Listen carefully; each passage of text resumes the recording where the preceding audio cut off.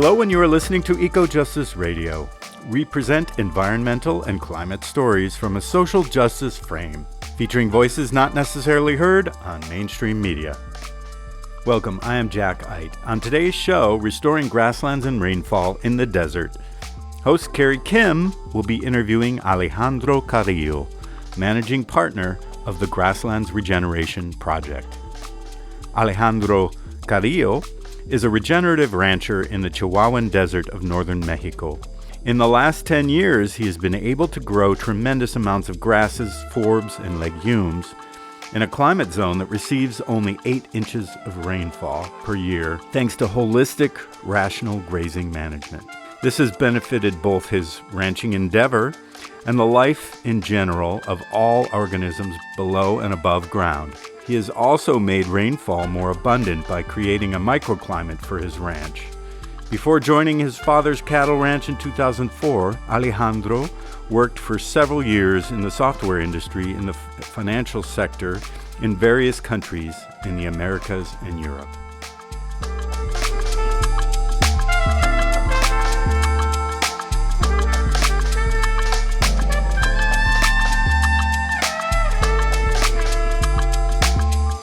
Aloha, this is Carrie Kim.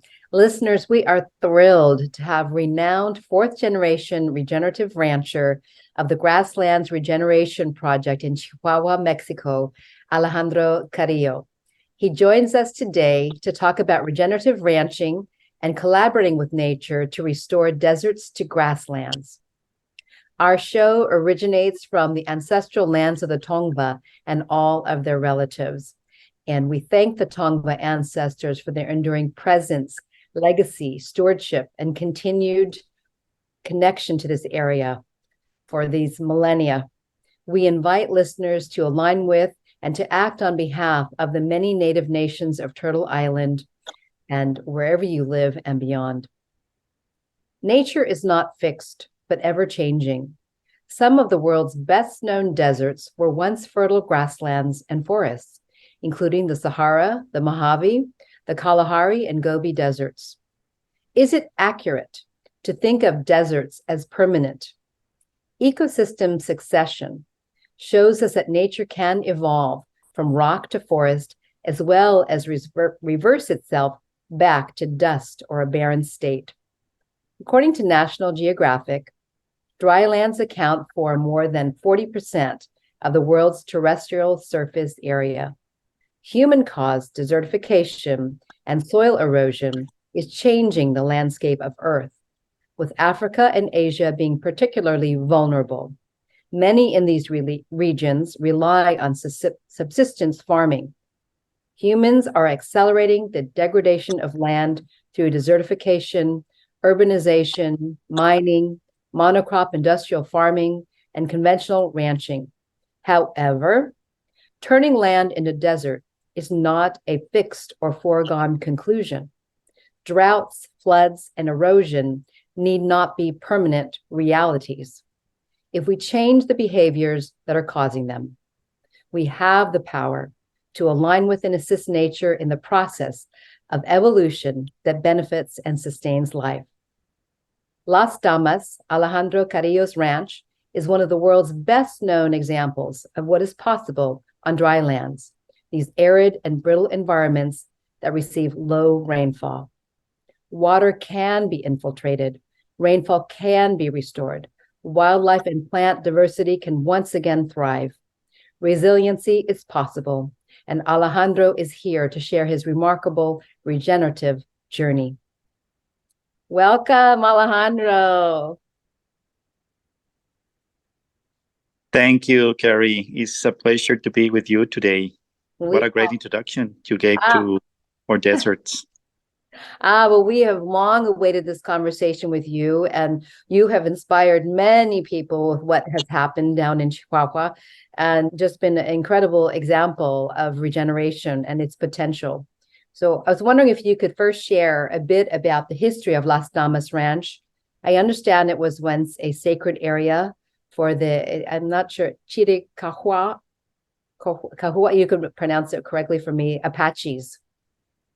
Yeah, that's right. The history that we have on this place is goes back, at least the written history goes back when the Spaniards came here, like probably early mid 1500s, and they find a lot of actually native people living in these lands.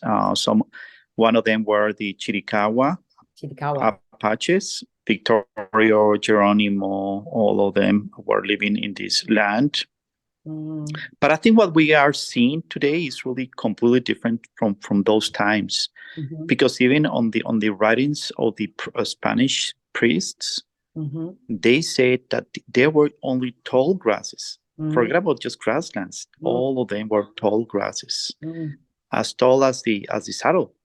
Wow! So there were really a place with plenty of water springs. You can actually still see the springs on the old road maps, because if you actually see at those maps, the old roads, remember that they were pulled by bulls or mules, and they have to have water at certain points. So yeah, it's just incredible.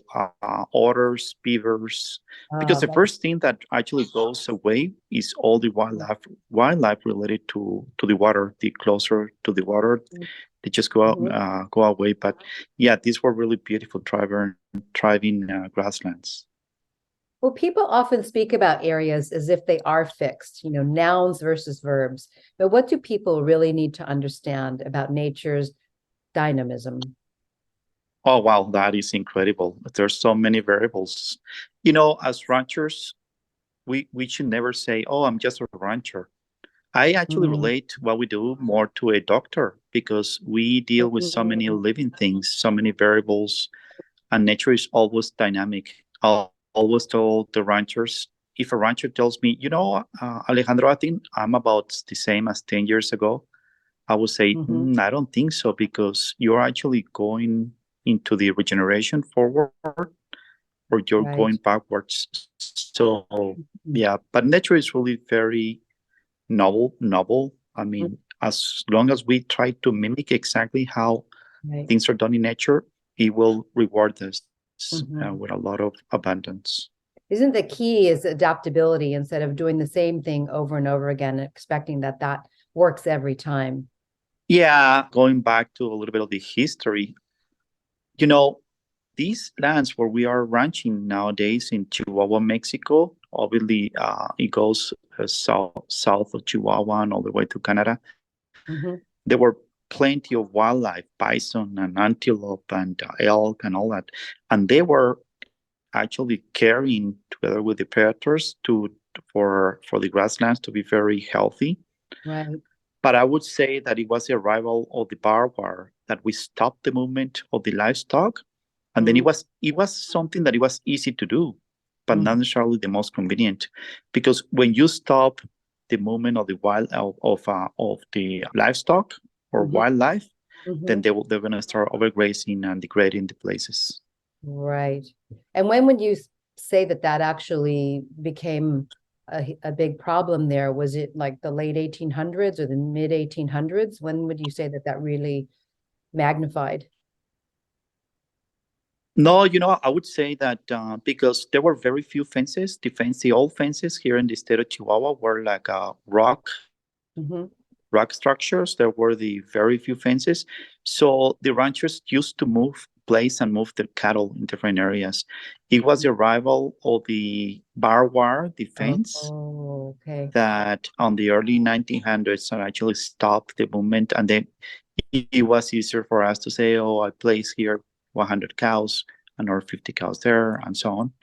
And then we start blaming the lack of rain and other things, but we really never understood that we have to mimic nature. Right, that free movement, right? Instead of being on these square plots and delineating them and this fixed place like a prison, really. Yeah, it was too detrimental of the diversity, which is what we're looking for. Because, most ranchers nowadays, they work for, let's say, 10, 20 different grasses. When you go back to those times, we were talking about 200 different grasses, 200 different forbs. That was impressive, the diversity, not only of the animals, but also the plants that we used to have. Well, I don't know what amount of species you began with as you were regenerating the lands there, but I know you have numerous species there now. Yes, we've been working with the bird organizations from the US and some others from Mexico, like the Bird Conservancy of the Rockies, American Bird Conservancy, Audubon, because they are trying to protect the grasslands. We have these migratory birds coming from southern Canada and northern US, and they actually overwinter in our land. So they are the ones who are actually doing the transects every year, like all the evaluation of the birds and the grasses. And when we started working at the ranch, probably we didn't go more than 10 different grasses. And there were very few dominant grasses. The last count that the bird guys did 2 years ago, we're already approaching 100 different grasses. Wow, that's amazing. And it just keeps going from there, right? I mean, who knows what's possible? Oh, yeah. We're actually trying to get those 200 different grasses. That will be amazing. And we're seeing very tall grass, like almost impossible to believe that in a desert like ours or semi-desert, you can grow with 6 inches of rain, you can grow like 7 feet tall grasses. Wow. So that's pretty amazing. That is amazing. But how long of a process was that to actually restore the roots ability of the grasses to penetrate that deeply? Because I'm sure you started out with probably heavily compacted land, right? Yes. Oh, very, very compacted. Sometimes you feel that when you're putting a post for the cattle, you're hitting a rock. But no, it's the soil. Oh my God. That's what we always say, is that the major limitation in grass productivity is not actually water, it's air in the soil. And that's why it's so important to have green grasses, even though they may not be like beautiful, tall green grasses in winter or during the dry season. But the grasses have to have something green on it in order for us to keep doing the photosynthesis, feeding the microbiology, which at the end is the one that is going to create this porous air in the soil that will allow us to infiltrate more water.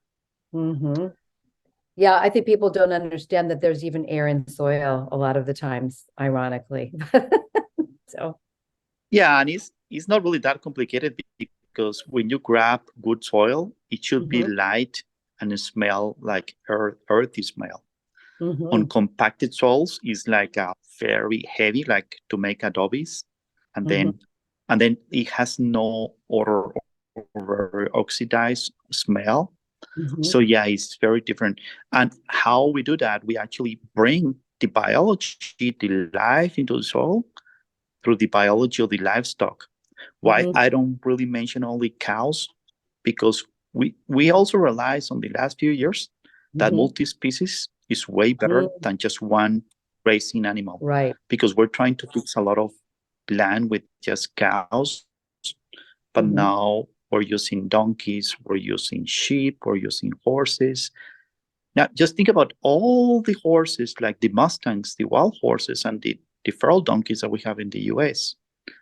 If we could actually put them in good use, they will actually help us regenerate a lot of land, instead of just saying, oh, what should we do with these horses just running without control and actually degrading the land, And it's not particular to the US, because, yeah, I was a month ago in Australia. I did the same problem. I mean, feral horses, feral cattle, feral donkeys, and they're considered pests, like a pest, but I think they can help us big time. Yeah, they're essential. Amazing. I love that you have herds of wild horses where you are. We do, and we try to keep them all together, cows, donkeys, and horses, so they actually graze something like you can imagine, like in the savannas in Africa, where you have zebras and you have buffalo and so on. How many acres, maybe you're in hectares, I don't know, how many acres actually is Las Damas Ranch? Yeah, Las Damas is a 30,000 acre ranch. Wow. We have a big mountain range in the middle of the ranch. So actually, I would say that grazable, they may be probably 22,000. But yeah, the total acreage is 30,000 Wow. acres, right? That's amazing. Now, what about bison? Because I mean, we know the history of bison on this continent and how that was so devastating, the slaughter that occurred of the bison here and how essential they were to the overall ecosystem. But we know that supposedly that the bison are, were also down there where you are. And I don't know if they were in great numbers, but would it be possible to have bison where you are? And would that make sense in this time? Yeah, what I have seen about bison is that they are really great creatures. They actually sync up during calving, so you don't really have to control the calving because they still are more wild species. They are very strong when they are born, so you wouldn't really have so much of an issues like coyotes or some other predators taking down the calves that we have with the livestock, with the cattle. Yes. So yeah, I would love to have bison if I were in the US. But the thing here in Mexico is that, yeah, there were big numbers as well, but it's a protected species. So really you cannot do much about marketing the bison. Like you cannot sell it for meat, or you cannot hunt it or something. So yeah, it would be a difficult creature to have, like an animal to have, because in order for us to keep doing business. Right. Yes. Interesting. But I love them. They're just great creatures. Yes. Well, I really, hope for the greater restoration of bison here, the buffalo on this continent. I know you worked in other countries in the financial sector of the software industry, but what was it that pulled you back to the ranch in 2004? And then what led you actually to regeneration in 2006? The thing is that when I was a kid, actually, I came from a ranching family, but fortunately, my granddad lost the original ranch. So my dad bought this ranch where we are right now, Las Damas. And I used to go to with my dad for hunting or ranching. I mean, like roundups and branding. Right. So since I was a kid, so I think that was very important for me to love ranching and the land, the soil. So in the meantime, I took another sport, which was IT. And then when my dad turned 70, I was working in Miami, and he talked to me if I wanted to go back to ranch. And here we are, back in 2004. It took me like 2-3 years to actually meet some of my mentors here in Chihuahua, holistic management practitioners that they already have at least 10, 20, 15 years of experience. That was your good fortune. And I was very fortunate to be ranching here in Chihuahua. Oh, yeah, definitely, because they really helped me to understand how to implement the practices, what to look for, and so on. Yep. How would you define holistic management? And you also use the term holistic rational grazing. I wonder if you could define what this means to you. Yeah, I really love holistic management from Alan Severy, because that actually make you think about the whole, make you really to be ahead of the game in terms of planning, like how much grass do I have? How many cattle do I have? Is that going to be enough, to go for the next year with no rains? Because right now the challenge is that we're getting less and less rain. Right. So I like the term holistic. Rational is another term that is being used more in South America, which is like a thinking process, not rotational, but rational. Right. Why do they use that term though? The rational. What are they meaning by that? Rational grazing, because rational, it means like a thinking process. So we're always thinking about what's ahead. coming next, right. Thinking ahead, exactly. Like planning. Like planning. Got it. Alejandro, we're going to take a quick break here, and then we'll be right back to talk a bit more about holistic management and also what we feel about this term. Thank you. Hey listeners, quick break here. We hope that you're enjoying Eco Justice Radio. Stay connected by subscribing on all major podcast apps, and visit our website, ecojusticeradio.org, to check out previous shows and guests and get connected with us on social media. For an extended version of this interview, as well as other benefits, we encourage you to become a member of our Patreon. Today you are listening to Restoring Grasslands and Rainfall in the Desert, with host Carrie Kim and guest Alejandro Carrillo, managing partner of the Grasslands Regeneration Project in the Chihuahuan Desert of northern Mexico. So listeners, we're back with Alejandro Carrillo of Las Damas Ranch. And, this word management for me has always been problematic because I feel it separates us from nature. It's like this thing that we have to manage. And I think it's a little different from, let's say, indigenous peoples and how they're always encouraging us to remember that we are related to nature. We're related to life. We're not managing life. So I don't know how you feel about this term management, or if there is a better word. Wow. I totally agree with you because, when I joined the ranch, I really wanted to do things different because I know that the ranch was in very poor state, Mm-hmm. like a lot of bare ground and Right. things were just going south. Mm-hmm. A lot of input, too many expenses, Right. very little income. Mm-hmm. But also I was wondering, how can I work here at the ranch while respecting all living organisms? Mm-hmm. Not trying to impose myself, like, oh, what do I need to kill? Do I need to kill the predators? Do I need to kill this, that? Mm-hmm. So actually the answer was, how can I manage the cattle, the livestock, in such a way that we mimic a herd? Mm-hmm. So the herd is the protection. So is the protection of the livestock.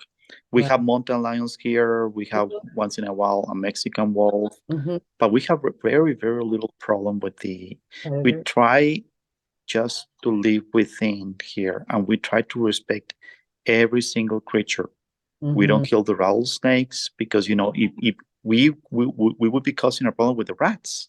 Right. They are like we try to respect also the coyote families, Mm-hmm. because people ask me, how do you fight the coyotes? Well, with the coyotes, because they are territorial. Right. If they are actually not giving us problems, why would I kill a coyote? I will open a new door for a new family that may give us a problem.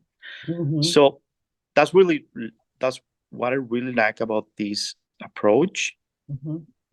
of holistic, rational, regenerative ranching, because you actually get yourself into nature. So you are part of nature. You're Right. one more. And that's how we need to consider ourselves. And every time, every year, we're still thinking, how is it really that we're actually mimicking how nature works? That really took us to say, why are we trying to fix this place with just cows? Let's bring another grazing animals like horses and donkeys and sheep and goats. Mm-hmm. So all of them together actually are helping us get way more bang from our banks. You never had that kind of diversity before, right? No. Cattle.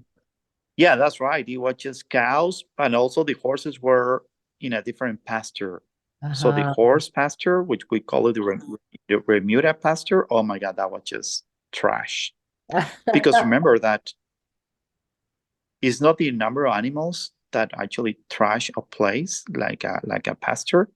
Okay. Is like the question is, for example, what is worse, to have 300 donkeys on 1 acre for 1 day, or Right. 1 donkey for 200 days on 300? So that animal that is just browsing just alone and with a long time is the one that is going to be overgrazing, like take a bite on the grass and then goes back when the grass is trying to recover and take another bite until those animals kill the grasses, because we're not moving them.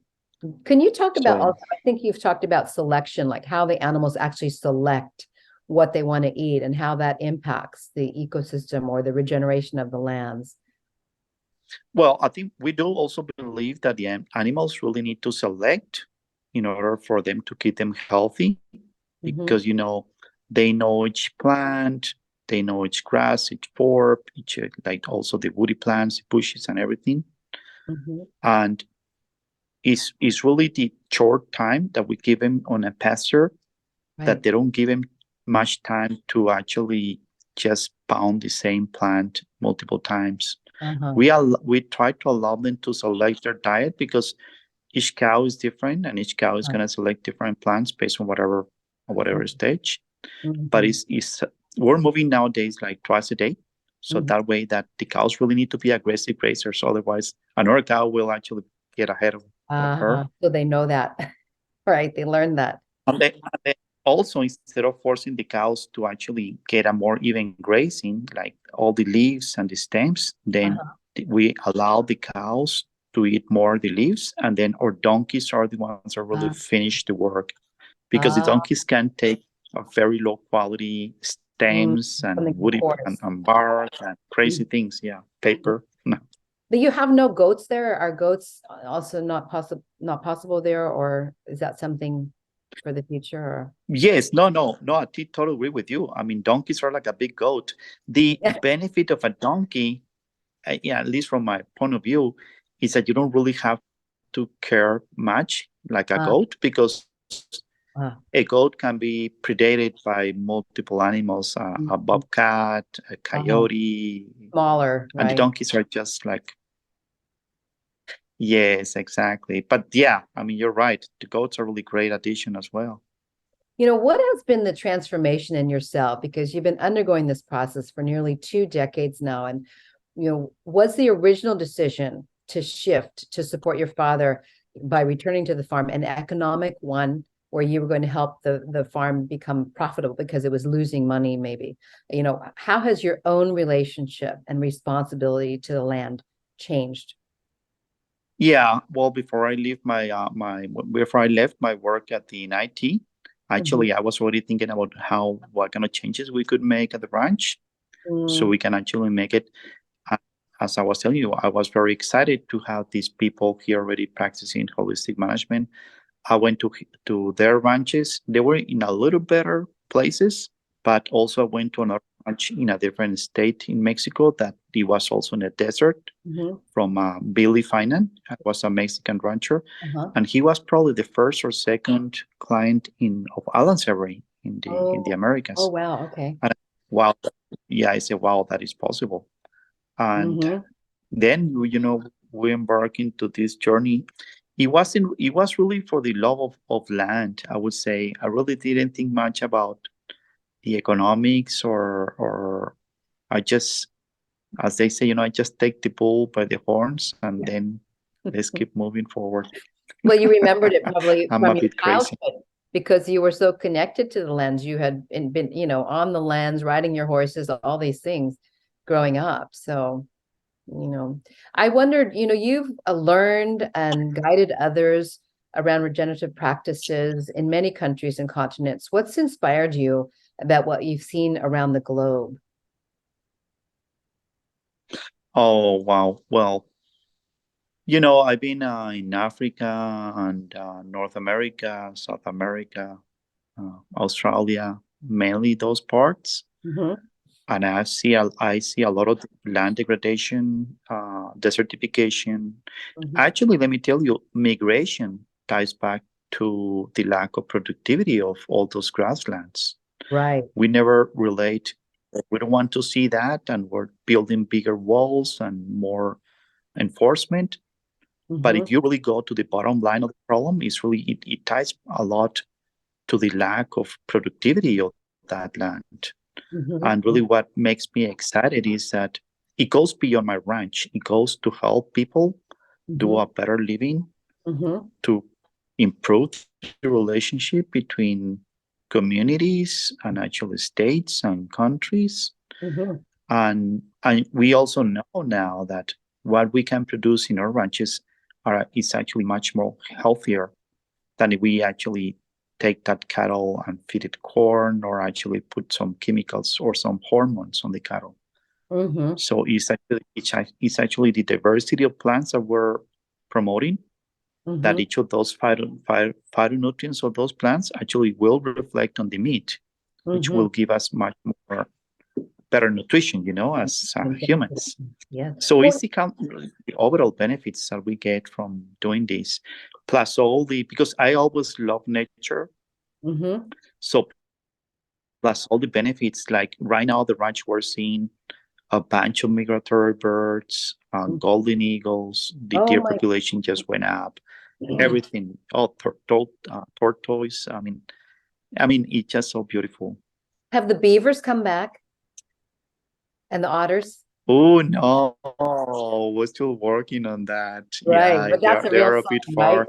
You know, I think yeah, I think that's one of the challenges is that we are like an island of grass in the middle of the desert. So yeah, for birds it's easier, but I think for a creature that depends on water, I don't Mhm. know. I think eventually I'm Yeah. hoping. Have you seen springs come back? Springs that had dried up. Not yet. Not yet, but it's still a process, right? Not yet. Never say never. Yes, yes. No, that is the expectation. That is the expectation to have it. I think You know that's what? But I have, yeah, yeah, I have seen like if we go to the more micro level, not the microbiology, but for right. example, dung beetles on termites. Young, Dung uh-huh. beetles on termites really help us finish the work Mm, because if we have some treasure coming out of the livestock, uh-huh. is the cow pie, Right. is the manure. But Mm-hmm. if you just go and use, let's say, ivermectin or purons on your cattle, Right.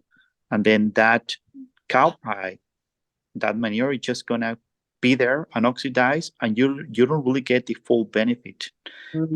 When you don't apply chemicals to your cattle, and then Mm-hmm. you have that cow pie work by the dung beetles, and then after that, you actually get the termites to finish the work. Oh Mm-hmm. my God, all that manure just integrated into the soil. It's so That's beautiful. amazing. So So, you're up. so they work on it just the way like worms would work on a compost pile. Exactly. The things that the earthworms do actually need a higher degree of moisture and organic matter. Uh-huh. And in the deserts Right. or semi-deserts, we actually rely more on dung beetles and termites, but we also need to fix the water cycle through establishing more grasslands. Mm-hmm. Because I see grasses as a really good way to regulate the temperatures, Mm-hmm. but also to fix the water cycle. And when we say fix the water cycle, we're talking about the affected rainfall. Uh-huh. So we ask the ranchers, don't tell me how much rain you get. Tell me how much rain you keep in the soil, Ah, how uh-huh. much rain you can infiltrate. Mm. So it's really very difficult to talk about rainfall versus effective rainfall. So I think there was a study here in Chihuahua that we're only getting about 40% of the water infiltrated. Think about it. Wow. If I'm in a 10-inch precipitation, then effectively most ranches are only getting 4. That's And why we are in this constant drought, like, oh my God, it's drought after drought after drought. well, how have you seen the range change? Because you've created your own little microclimate there with how you've regenerated the lands there. So what have you seen change as far as your own small water cycle there where you are? Yeah, one of the things that we have noticed is, for example, temperatures. We Mm-hmm. are in summer about 4 degrees lower than neighboring ranches. Mm-hmm. And also we have seen between 10 and 20% additional rainfall, Wow. mostly at the center of the ranch. I Uh-huh. mean, on the edges of the ranch, yeah, we see, but not as much increase. Right. It seems like, the heart of the ranch is actually getting that extra rain, which is That's helping a lot. It's not only that we are improving the effective rainfall, but we're also getting this extra rain, which is mm-hmm. beautiful for us. That's amazing. Well, have many of the local ranchers, witnessed what you've been doing and have changed? I mean, are there more people, more farmers, ranchers turning to regenerative because of what they've seen you do?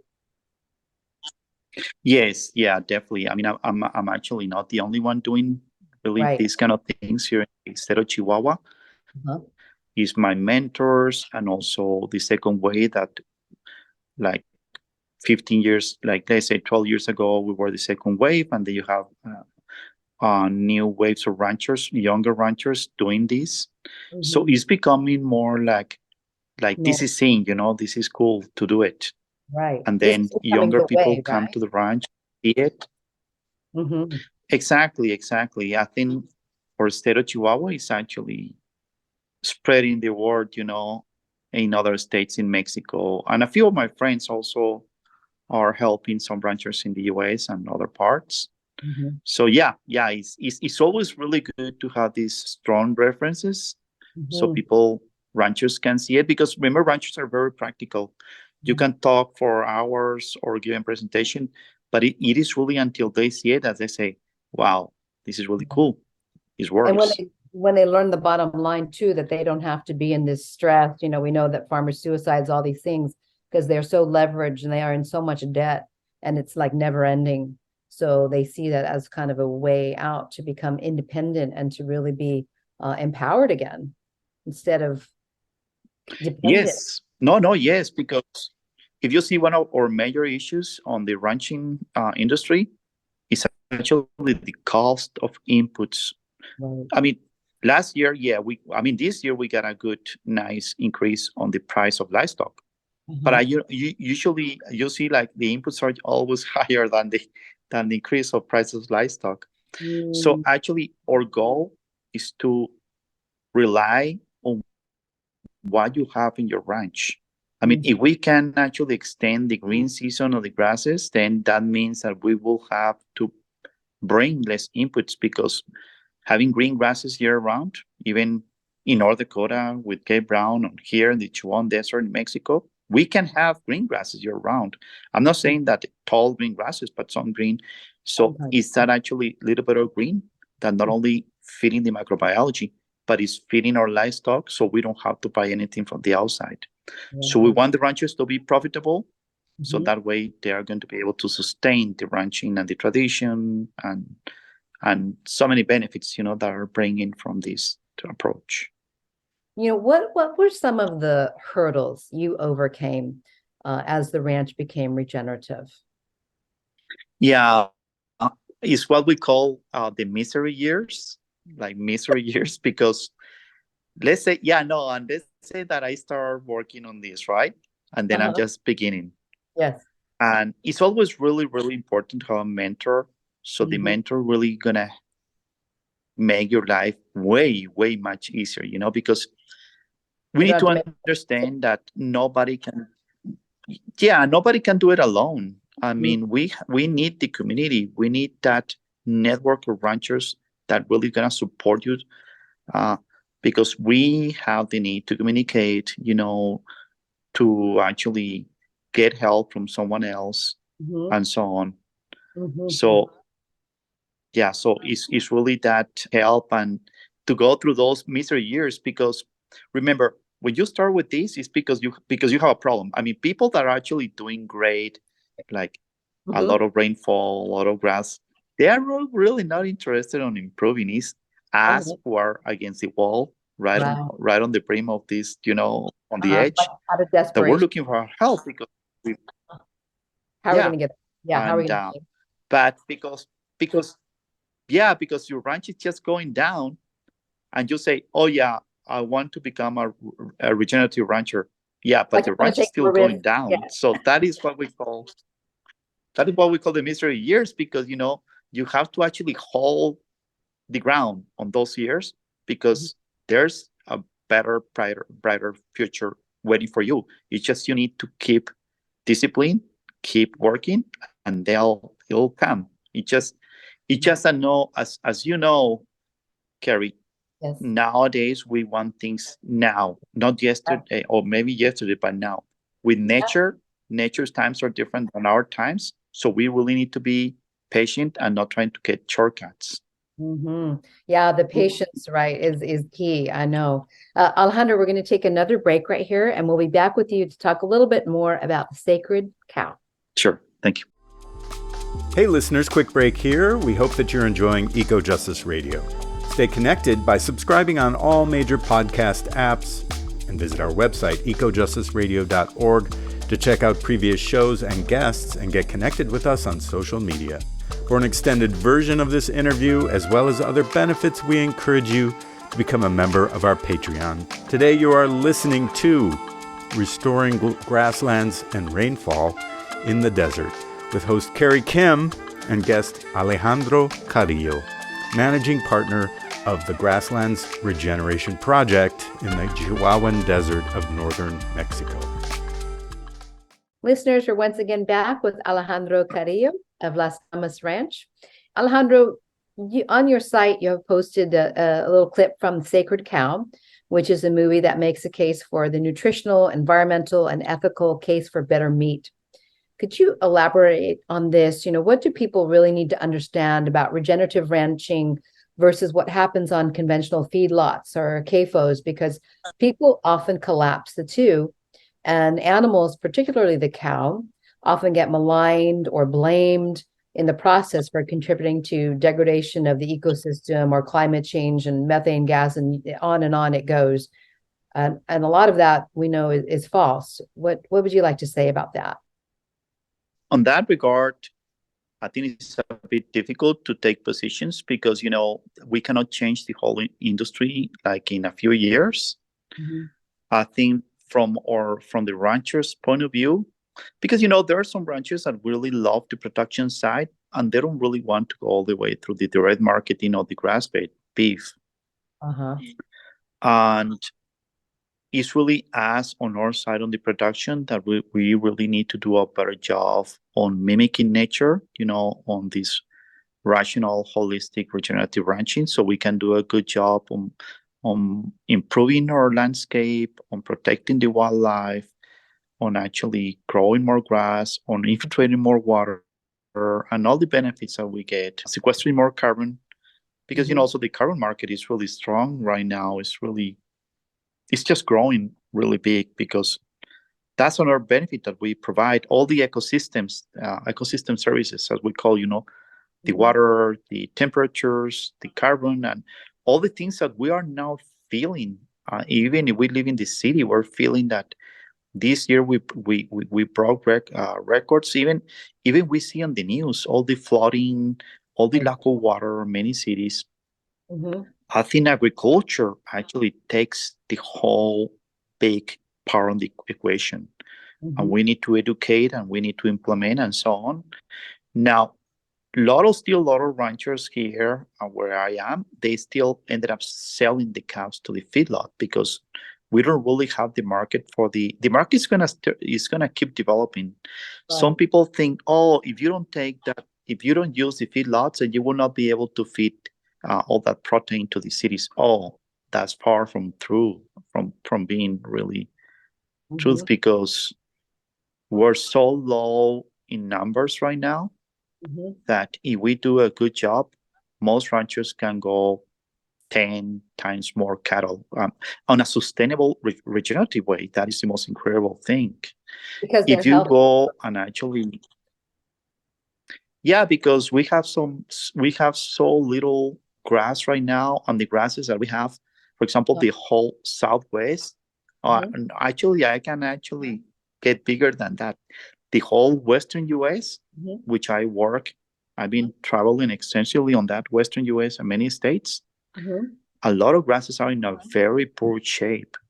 And because, we got into this vicious cycle as ranchers that, so we infiltrate less water, we get less rain, we destock, we sell cattle, we have fewer numbers and fewer numbers, until you get to a point that you have so few cattle that even if you do it right to regenerate, you don't have enough cattle. And then what happened is that for many years, we blamed the overgrazing for being the big problem. Well, right now it changed to be the undergrazing or overgrazing the grasses. A lot of the grasses that I see on the Western US, obviously northern Mexico, they are dying because of the lack of grazing. Because we need to keep in mind that the grasses evolve with the grazers, and they need to be grazed at some point, otherwise they're going to get oxidized. If you go through Arizona, New Mexico, some parts of Colorado, and some Utah, you see that lots of the grasses are dying because of the lack of grazing. They're not dying anymore because of overgrazing. So, going back to your question, we still depend on the feedlots. I'm sure, I know the feedlots are not the most convenient things, and probably people relate that cattle that was on the feedlot to just pretty bad situation. Yes. But if we ranchers do a good job, then we will provide a lot of benefits, even if that rancher decide not to direct market, because probably market is not there. The consumers really need to realize that what we do at the ranch is so good for everything that they may be looking more for that grass-fed meat. Yeah. Consumers need to make better choices, and also to trace back to know that if you're eating conventional meat, you're also, supporting monocrop industrial farming of corn and soy, right? It's all connected. Yes. It's all connected. Exactly. Which, I'm thinking that maybe at some point the feedlots will start also using these multi-diverse regenerative crops. Hopefully that we will, as producers, be better and better and better, so the damage is less and less and less on the environment and on the whole ecosystem services. Yeah. Well, what are your thoughts? This may be the good time to segue to what your thoughts might be regarding the promotion of plant-based diets, veganism, and the future of animals on farms. Yeah, well, I think each of us is different, on how we eat actually should be related to our health. I think what we need to realize is regardless of our choices, of whether you want to be plant-based or vegetarian or carnivore or omnivore, we need to support all these regenerative practices. I think that's the bottom line. Because let me give you an example. We've been in farms that are organic farms, but the soils are completely compacted. I think we need to go beyond organic and say, I want to buy regen organic products. Right. The same for meat, because it all ties back. See, for example, I understand organics do not include any chemicals, but we need to actually expect more from that. We need to say, okay, yeah, I know that it's organic, but also I know that the soil is better. And because everything comes from the soil, all that symbiosis between the plant and the microorganisms. Exactly. Where all these tertiary components, where all these micronutrients were that we as humans, we need to work properly. Well, it seems like after a while, these standards are developed, and after a while the standards get co-opted, and then they get diluted to that they become kind of meaningless. And we know that's happened with organic, which is why we need the label of regenerative now, because it needs to keep changing levels, because things get kind of corrupted a bit. As we know, like you said, organic, you can have a poor soils and still be labeled organic, but the consumer doesn't necessarily know that there's any difference.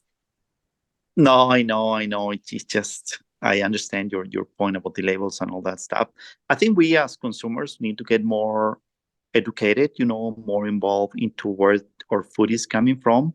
And, some people actually at times ask me, so how do I know if my farmer or rancher is doing a good job?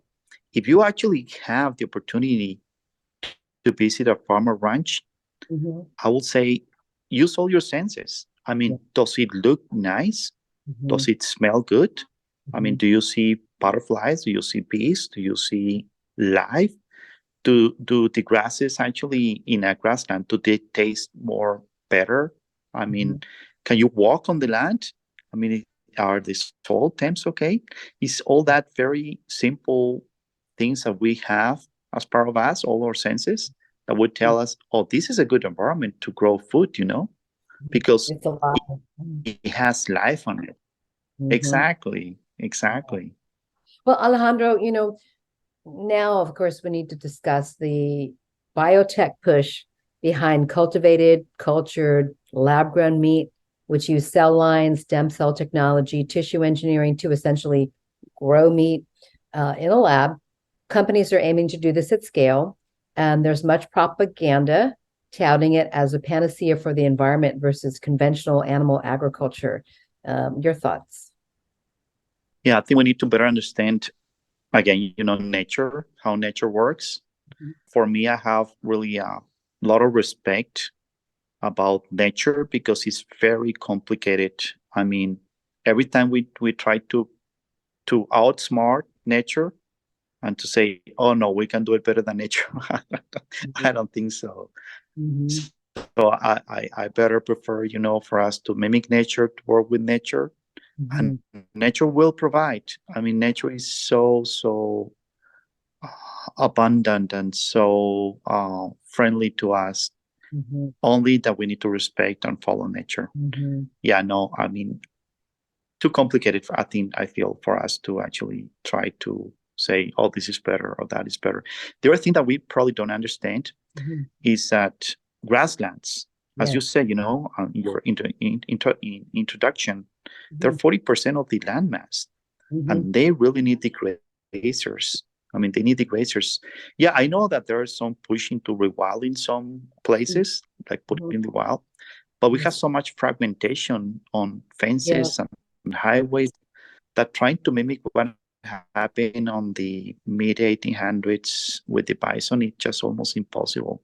So Right. that's why we're trying to just mimic nature with livestock. Mhm. Now, people are concerned because they say, well, livestock is not wildlife. So how are we going to restore wildlife?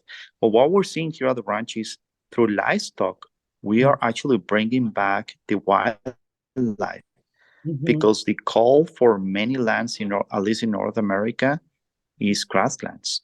It's Right. not it's not like a tropical forest that it actually you leave it alone and then it just fixes itself, because there are different conditions. Right. But on grasslands, we really need the livestock to Mhm. help us regenerate those such a degraded grasslands. Right. Well, I mean, I think that's one of the great tragedies of the bison is like when we talked about just they needed to roam. They need a large amount of land to really roam the way they would like to roam, by their wild instincts, and now we have, like you said, all the fragmentation, the segmentation of land, and so that makes it much more difficult. So I don't know what the future is with cattle and bison, how they can coexist or how we can, do you feel that we should be, especially on this continent, be bringing back more and more of the bison because they're really what this whole ecosystem thrived with. And it just feels, I mean, I understand the place for the cattle because we don't have the numbers of bison now. Yeah, I think we have to work on both. We've been working with some ranches that they have bison, and just by putting the bison, I mean, and I'm talking about big ranches in the US with bison, Mhm. and just by you putting the bison, and there's really not it's not gonna be something magic happening. Right. So, for example, those ranchers are actually using electric fence with bison, and they're doing much better with that. Trying to bunch the bison into and control, the grazing, Mhm. because you don't want your grazing animals to go back too soon. Most of the Western US we really need, except few exceptions, probably some parts of Washington State or something like that. But we need to provide really these long rest periods that we will promote diversity. So we don't want the animals to go back before a year, for example. Okay, well. And but no, I think that they can coexist. I mean, they can definitely coexist, and we really need more cattle. I mean, that's my bottom line, not less cattle, but Mhm. under proper grazing management, under proper grazing, mimicking nature. Right. Because we know what the history is. I mean, the history is that the cattle, of course, when we talk about from bison to cattle, that was sort of a very destructive change that happened here. But at the same time, totally understand what you were saying about at this point in time, the cattle, we are depending on them to help restore the lands because we don't really have all the animals that we used to. Like we don't have the bison in numbers as we used to. And so how would you describe a micro herd? Yeah, that's what we call or the microbiology. Yeah, for us it's very important. I think is the bottom line, where we need to do a better grazing combined with a long rest period, a more, what I call is a more intentional grazing. Mhm. Like that, just don't go and split a pasture in two. I think Right. our approach for ranchers is, you show me what are your best places in your ranch, and Mhm. then let's focus on those places. forget about the rest of the places that are more degraded. Let's focus on your best places, split those into a daily moves, and then that way you're going to be doing an intentional grazing, like more animal impact. We need animal impact that is meaningful in such a way that next year you'll see, oh wow, something is growing here because you bring the biology of the livestock. And then that is combined with like a full year of rest, then ranchers are going to start getting excited about that instead of the approach of saying, oh well, I have 4 pastures, I'm going to split it in 8. Well, yeah, but the problem with that is that your pastures are still very big, and then the animal impact is not enough actually, or you may be actually returning too fast to the same pasture or grazing the diversity that we were trying to promote. Now, could you graze in the same place with different animals though, and that would be a different impact? Like if you had ducks or chickens or something else, I mean, would that change? Would you do that as far as doing this integrated grazing, where it's not like you just bring the cattle through and then bring it back for you? Oh, no, yeah. I mean, definitely all the animals have all the tools that we need. I have people that are all using only chickens, moving the chickens. Oh my God, the response is just incredible. I mean, even the impact of a chicken is just incredible. So chickens and goats and sheep, and I have seen all different species just doing a tremendous impact on the land. So yeah, there's really no limitation. Obviously, I do prefer multi-species combined, not only grazing animals, but also chickens and blah, blah, blah, than just one species of animals. Because, we go back to, is it nature trying to do the whole thing just with one species? No, it's doing multi-species. So unnatural. In this era of human-caused desertification, what do you want people to know about drought? Yeah, well, I think we're causing our own droughts, but it's not that we were like the first ones, You're talking about since the Sahara, when we were pretty much farming the traditional way for so many years, tilling the land, and then not understanding how nature works. That is kind of the bottom line. And I think nowadays we have the great opportunity to actually to have the knowledge, to have the understanding, do things much better for the ranchers, for the farmers, for the consumers, and for the overall well-being of all living creatures, including us. Yes. Alejandro, thank you so much for all that you've been doing on your ranch and how you've been educating and teaching and guiding others to do the same as far as turning regenerative. And again, as you say, supporting all life, the animals, the microbes, the plants, in conjunction, that we see everything holistically, that we're all part of it and tied together, that our future is tied together. How could listeners be connected with you? And I know you consult people on this. How can they reach you? Yeah, they can find me under my name in Facebook and LinkedIn, and also on the website Grasslands Regeneration Project, and also in Instagram under the ranch name Las Damas. We will post all those links so listeners can connect with you, and we thank you for continuing just to model the possibility and the potential, because it's really what the world needs. Our survival depends on it, and we want to be supporting nature, restoring. We're excited. Yeah, we're excited for the future. Thank you all. Thank you very much. So much. Yes, more power to you and all your good works around the world. Thank you, Gary. Thanks for having me. Thank you to our guest, Alejandro Carrillo, and thank you to our listeners for joining us. This has been Restoring Grasslands and Rainfall in the Desert. For an extended version of this interview, become a member of our Patreon or visit our website at ecojusticeradio.org. Please connect with us on social media at EcoJustice Radio, SoCal350, and Adventures in Waste. If you like what you heard and you want others to be informed, share the episodes and help us continue our efforts by joining our Patreon or making a tax-deductible donation to the show.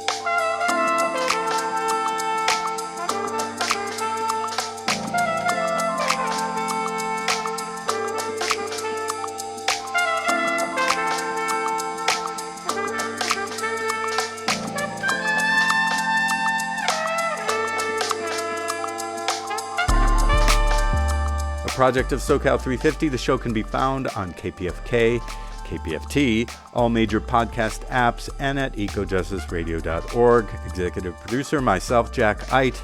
Producer and co-host, Jessica Aldridge. Co-host, Carrie Kim. And engineer and original music by Blake Quake Beats. And until next time, remember, the power is yours.